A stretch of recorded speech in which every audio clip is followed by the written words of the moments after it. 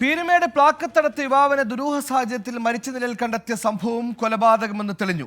പുത്തൻ വീട്ടിൽ അഖിലിനെ സഹോദരനും മാതാവും ചേർന്ന് കൊലപ്പെടുത്തിയെന്നാണ് കണ്ടെത്തൽ. കമ്പിവടി കൊണ്ട് തലക്കേറ്റ അടിയാണ് മരണകാരണം. പിന്നീട് മൃതദേഹം കവുങ്ങിൽ കെട്ടിത്തൂക്കുകയായിരുന്നു.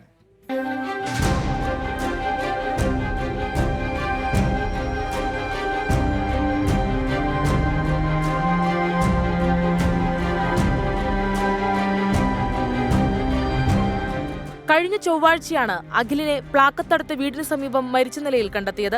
മരത്തിൽ പ്ലാസ്റ്റിക് കൊണ്ട് കെട്ടിയിട്ട നിലയിലായിരുന്നു മൃതദേഹം. ആദ്യഘട്ടത്തിൽ തന്നെ മരണവുമായി ബന്ധപ്പെട്ട് നാട്ടുകാർ ദുരൂഹത ആരോപിച്ചിരുന്നു. തുടർന്ന് പോലീസ് അഖിലിന്റെ സഹോദരൻ അജിത്തിനെയും മാതാവ് തുളസിയെയും കസ്റ്റഡിയിലെടുത്തിരുന്നു. വിശദമായ ചോദ്യം ചെയ്യലിലാണ് കൊലപാതക വിവരം വ്യക്തമായത്.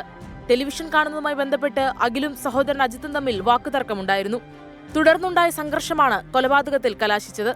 അഖിലും അജിത്തും തമ്മിൽ വാക്കുതർക്കമുണ്ടാകുന്നതിനിടയിൽ മാതാവ് തുളസിയെ അഖിൽ മർദ്ദിച്ചിരുന്നു.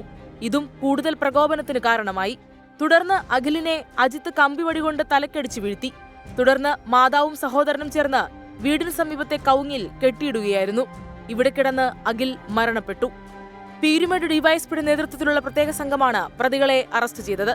ഇരുവരെയും സംഭവസ്ഥലത്തെത്തിച്ച് തെളിവെടുപ്പ് നടത്തി കോടതിയിൽ ഹാജരാക്കി റിമാൻഡ് ചെയ്തു. 24 ഇടുക്കി.